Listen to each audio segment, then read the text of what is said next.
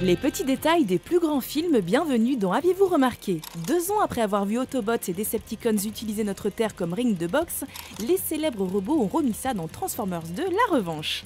Un second opus qui collectionne les combats fous et les scènes dantesques presque autant que les petits secrets et détails. Attention, spoiler! Joli timing pour ce Transformers 2 d'abord, puisque le film est sorti en 2009, juste à temps pour le 25e anniversaire de la première apparition des fameux robots dans la série d'origine de 1984.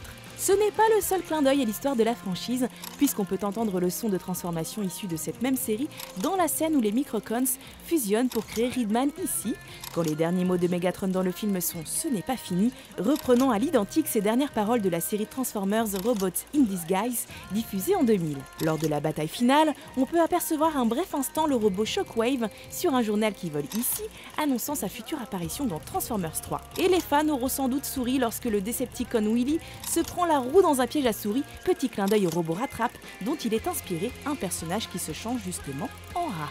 En plus de ces références pour passionnés des Transformers, on aura aussi noté que Michael Bay en profite pour se faire mousser.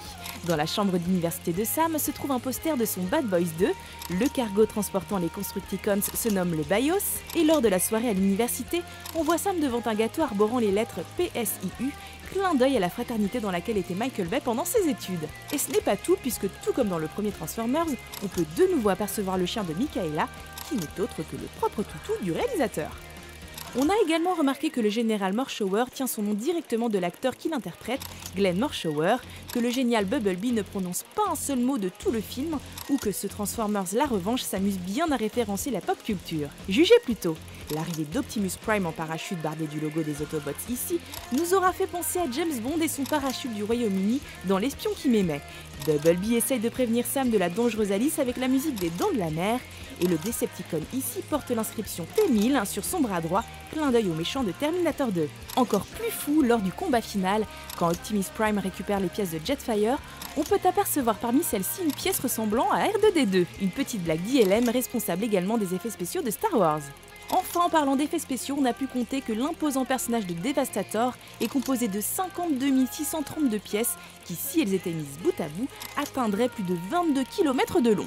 Fou, on vous dit, mais ça, bien sûr, vous l'aviez remarqué. Non ?